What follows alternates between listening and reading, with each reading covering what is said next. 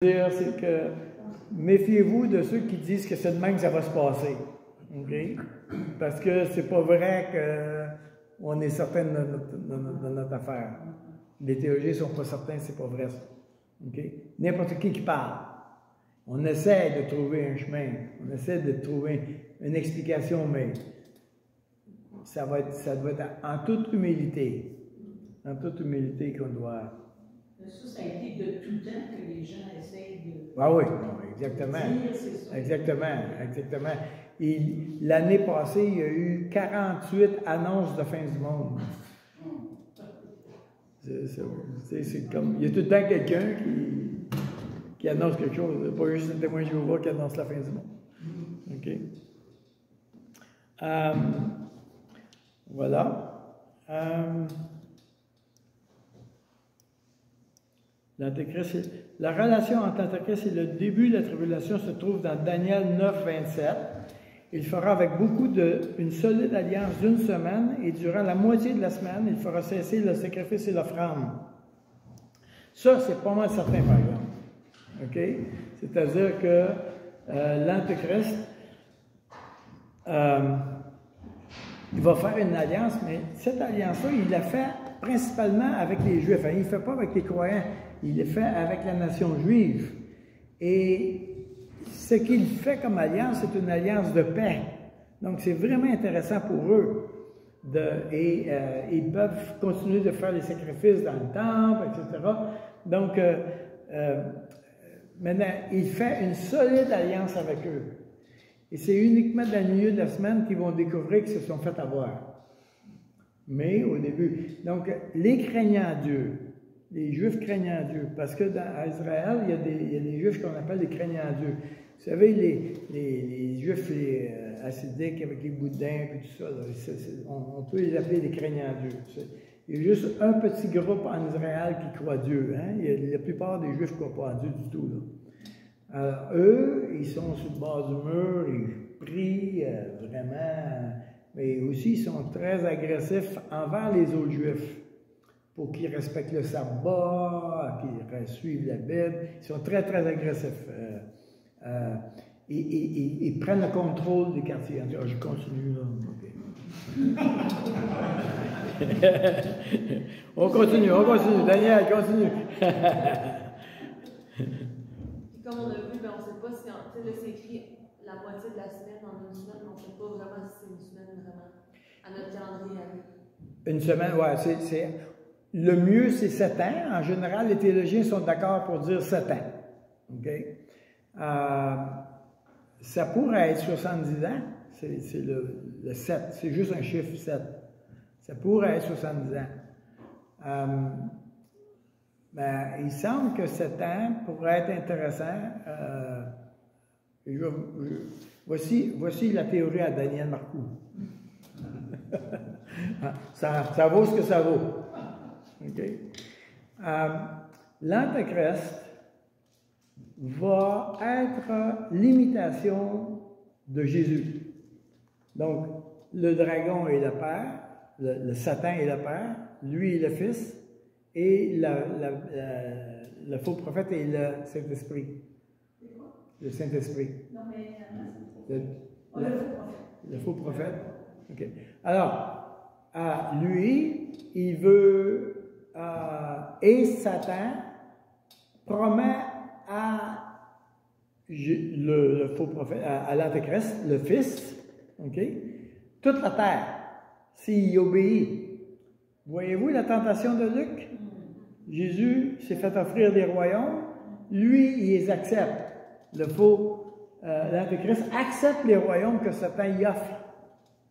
Et c'est le même scénario. OK? Pourquoi? Alors, ça me vient à la question, pourquoi je crois que c'est 3 ans et demi? Parce que Jésus, son ministère public a duré 3 ans et demi. On fait le copier-copier, là. On est encore là. Donc, il y a un copier-coller. Là, ça a atterri à Daniel Marcoux, là. Je cherche des correspondances, moi, là. OK. Qu'est-ce que je devrais dire?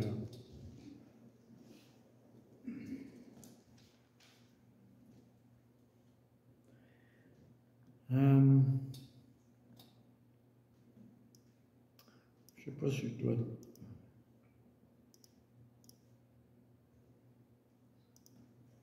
Qu'est-ce qu'on a? L'ascension. De par son origine surnaturelle provenant de la descendance de Satan, l'Antéchrist aura toujours accès à l'univers satanique. En définitive, le faux fils acceptera ce que le fils authentique a. Ah, tiens, on vient de rejeter. Ce texte-là est écrit par un juif en passant. Lorsque Satan a offert à Christ tous les royaumes de la terre, à condition que Christ le vénère juste une seule fois. Christ a cité le livre de Deutéronome, affirmant que seul Dieu doit être adoré. De même, Satan offrira tous les royaumes au faux fils qui lui acceptera. Lorsque l'Antéchrist succombera à la tentation de Satan, ceci marquera le début de son ascension au pouvoir et de sa domination politique et religieuse sur le monde. L'ascension au pouvoir de l'Antéchrist est décrite dans plusieurs passages. Le premier se trouve dans Daniel chapitre 8. À la fin de leur règne, lorsque les pécheurs seront consumés, il s'élèvera un roi impudent et artificieux. Sa puissance s'affirmera, mais non par sa propre force.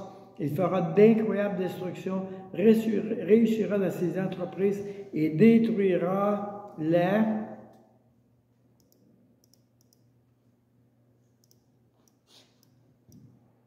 puissants et le peuple des saints. À cause de sa prospérité et du succès de ses ruses, il aura de l'arrogance dans le cœur et il détruira beaucoup d'hommes qui vivaient tranquilles et s'élèvera contre le chef des chefs, mais il sera brisé sans effort d'aucune main. La fameuse pierre qui frappe les pieds de la statue. La pierre qui se détache, qui frappe sans le secours d'un. Ce passage décrit un roi d'une effroyable arrogance, l'Antéchrist qui comprendra les forces obscures, le monde de l'occultisme. Le deuxième passage décrit sa manière de monter au pouvoir. Sa manière de monter au pouvoir. Le roi fera ce qu'il voudra. On est dans Daniel 11. Le roi fera ce qu'il voudra, il s'élèvera et il se glorifiera au-dessus de tous les dieux. Et il dira des choses incroyables contre le Dieu des dieux. Il prospérera jusqu'à ce que la colère soit consommée, car ce qui est résolu s'accomplira. Encore là, c'est le fameux « jusqu'à ce que la colère soit accomplie, remplie à son compte ». C'est le même mot, c'est la même idée, toujours la même idée. OK? Il n'aura d'attention ni pour les dieux de ses pères, ni pour la divinité bien-aimée des femmes. Il n'aura d'attention pour aucun dieu, car il se glorifiera au-dessus de tous. Toutefois, il honorera le Dieu des forteresses sur son piédestal, ce Dieu qui ne connaissait pas de ses pères. Il l'honorera avec de l'argent, de l'or, des pierres précieuses et des objets de prix. C'est avec le Dieu étranger qu'il agira contre les lieux fortifiés, et il comblera de gloire ceux qui le reconnaîtront. Il les fera dominer sur beaucoup, il leur partagera des terres pour récompense. Alors, autrement dit, lui va introduire un nouveau culte et il va introduire de nouvelles divinités et si tu achètes son idée, okay, évidemment, ça va être très payant. Okay? Et on peut voir un peu plus loin dans l'Apocalypse qu'il va arriver une place où si tu n'as pas la marque de la bête 666, tu ne pourras plus faire des transactions financières. OK? Alors, évidemment, étant donné qu'il ne me reste pas de temps, on va aller voir tout de suite la marque de la bête, parce que ça, c'est toujours une question qui revient constamment. La marque de la bête. On va finir avec la marque de la bête. C'est bon, ça?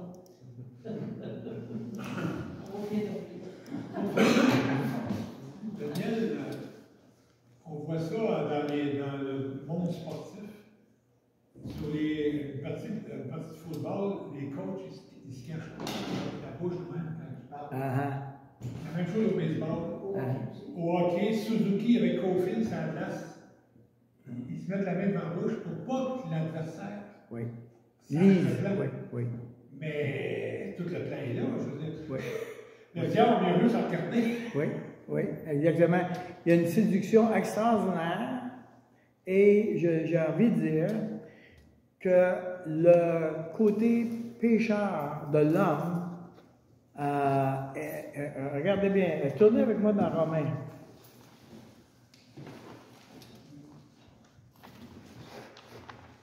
Romains 1, verset 18. Si vous prenez le temps d'étudier Genèse 3 et Romains 18, 1, 18 à 24, c'est exactement le même récit. C'est la même chose. C'est fort. Regardez bien. La colère de Dieu se révèle du ciel contre toute impiété et toute injustice des hommes qui retiennent injustement la vérité captive. Regardez bien qu'est-ce qui est écrit. Les hommes retiennent injustement la vérité captive. Ça dit, ils connaissent la vérité et ils ne la veulent pas. Vous me suivez?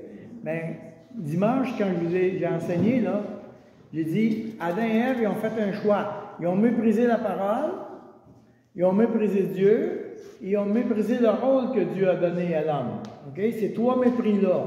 Okay? Mais est-ce qu'ils connaissent Dieu? Mais oui. Est-ce qu'ils connaissent que Dieu est créateur? Mais oui. Est-ce qu'ils connaissent que Dieu il a assigné un rôle? Oui. Nous connaissons ce que Dieu veut, mais on ne le veut pas. Et si vous regardez verset 19, qu'est-ce qu'on peut connaître de Dieu est manifeste pour eux, Dieu leur ayant fait connaître.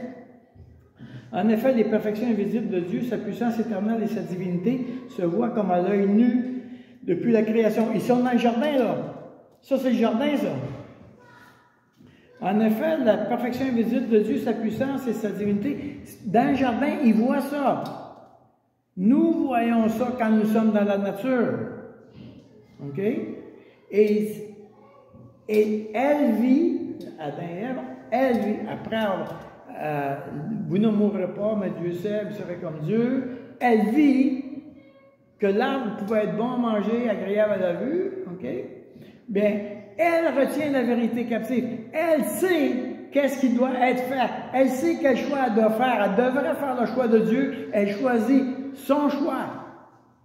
Vous comprenez? Les hommes connaissent Dieu, mais j'en veux pas. Je retiens la vérité captive. C'est fort, hein? Vous ai-tu perdu, là? Non. Non, c'est bon. OK. Ils connaissent, mais ils refusent. Oui, exactement. Alors, tu sais, quand on entend que Dieu a mis dans le cœur de l'homme la pensée de l'éternité, là, il y a une intention rebelle de refuser Dieu. Et c'est fascinant que quand on parle de Dieu, dans le cœur de l'autre, là, en dedans, il sait que j'ai raison. J'ai été mécanicien pendant 10 ans. On était dans la mine d'amiante, là. On était 160 mécaniciens dans le garage. OK? On travaillait toujours en équipe de 2. Tout le temps, on était tout le temps avec un autre mécanicien. Qu'est-ce que tu penses qui arrive quand un chrétien est avec un autre? On parle de Dieu. OK? Daniel! Quand j'ai quitté, j'étais dans le ministère quand j'ai quitté, les gars, juste 2 semaines avant, pas 2 semaines avant que je parte, les gars me prenaient à part et me disaient, tu sais, Daniel, on sait que tu as raison. Ils me le disaient en cachette. Mais là, il était certain que je ne reparlerais pas après. Ça fait que... Mais c'était vraiment fascinant. C'était vraiment fascinant. J'avais confronté un homme, il se vantait qu'il était content d'avoir divorcé, puis j'avais dit, mais c'est pas le plan de Dieu, etc. Il est revenu me voir, il me veillait. Il dit, Daniel, c'était bien raison, c'était pas correct. Tu vois? La vérité de Dieu, elle est dans le cœur de l'homme. Mais je la retiens injustement parce que je ne veux pas faire ce que Dieu veut. C'est intentionnel. Et ils retiennent injustement. Retenir, là, c'est un acte volontaire, ça. C'est un acte intentionnel. OK?